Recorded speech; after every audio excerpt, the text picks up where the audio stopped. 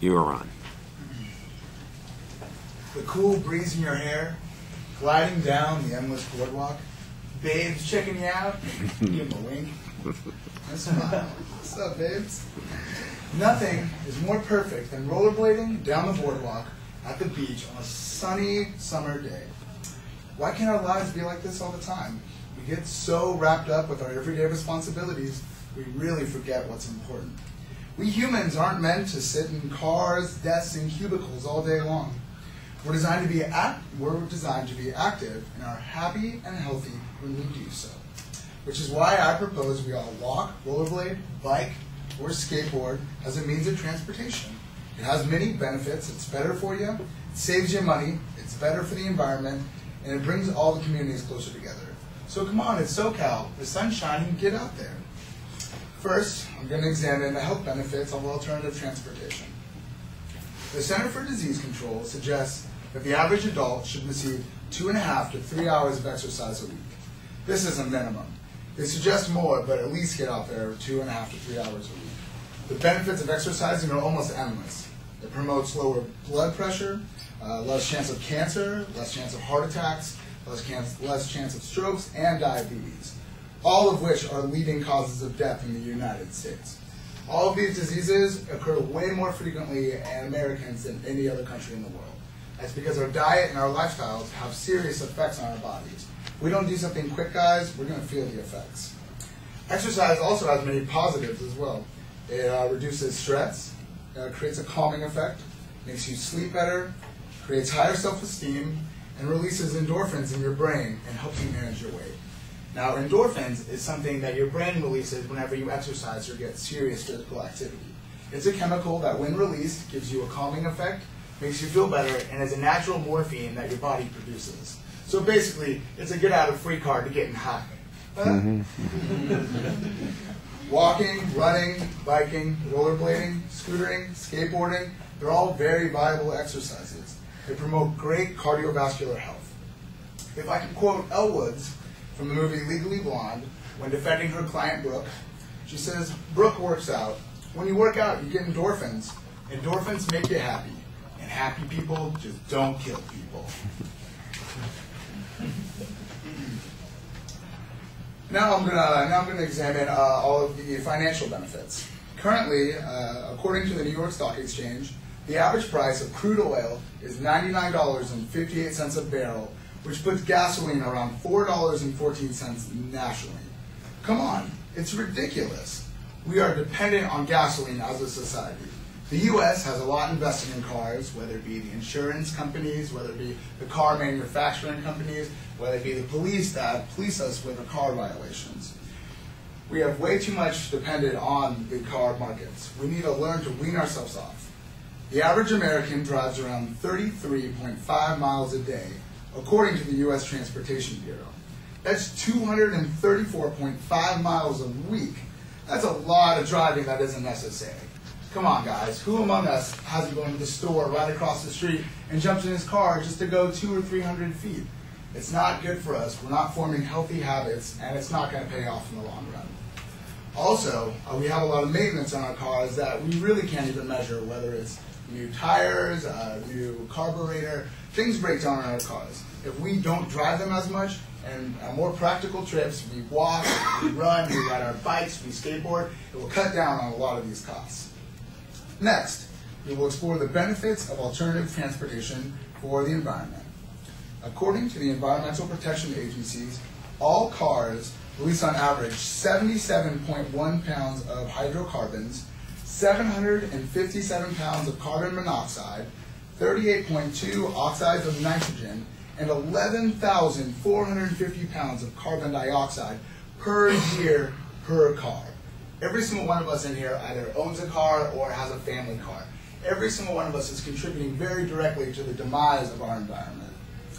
In fact, in the United States, there's 250,844,644 registered passenger vehicles.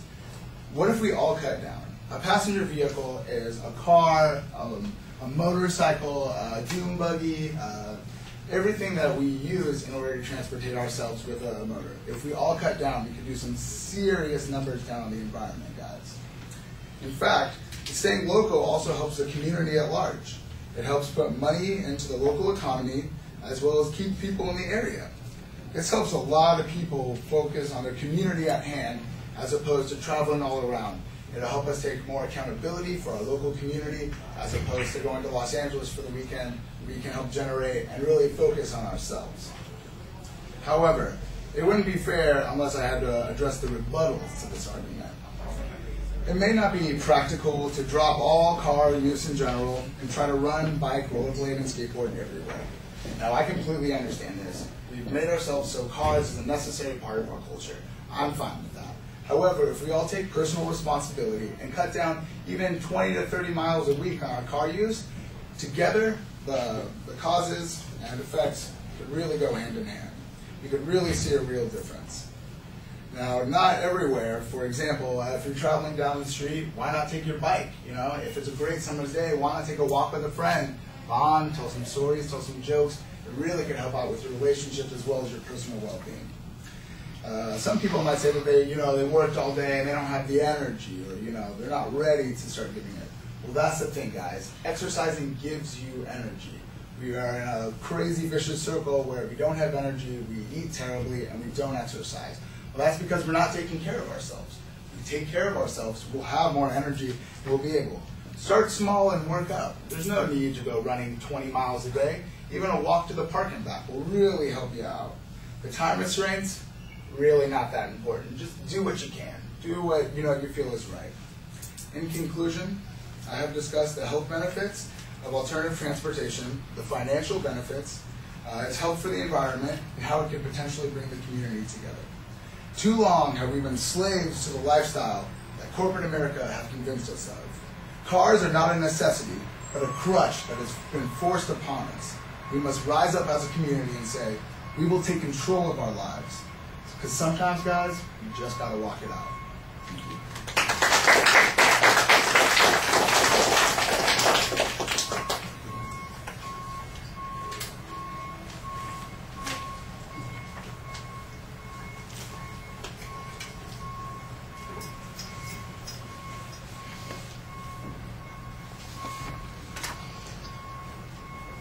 All right, Tanner, tell us what you thought. All right, I thought he had a great introduction and a very clear thesis. He had good examples supporting it and reasoning, and his rebuttals were really good.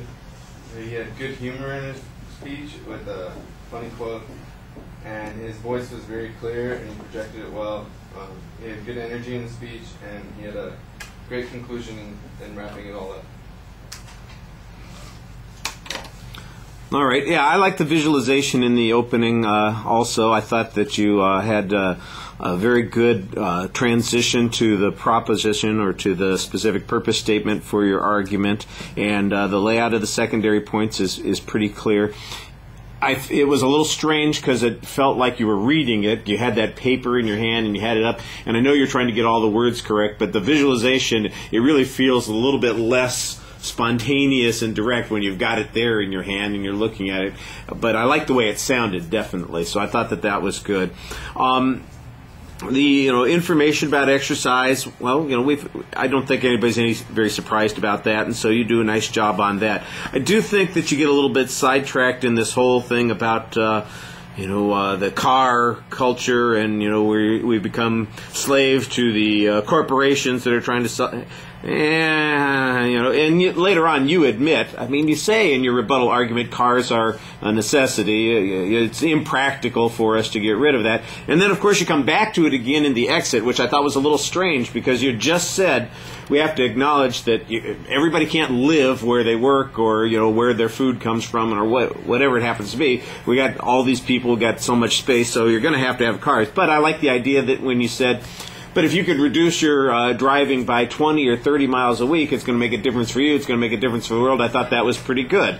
And then I said, then you came back to that whole thing. And I wasn't sure if you were being sarcastic at that point, because it sure sounded like you might be, or if you were being sincere on that point. You got to sell it a little bit more if it is intended to be sarcasm.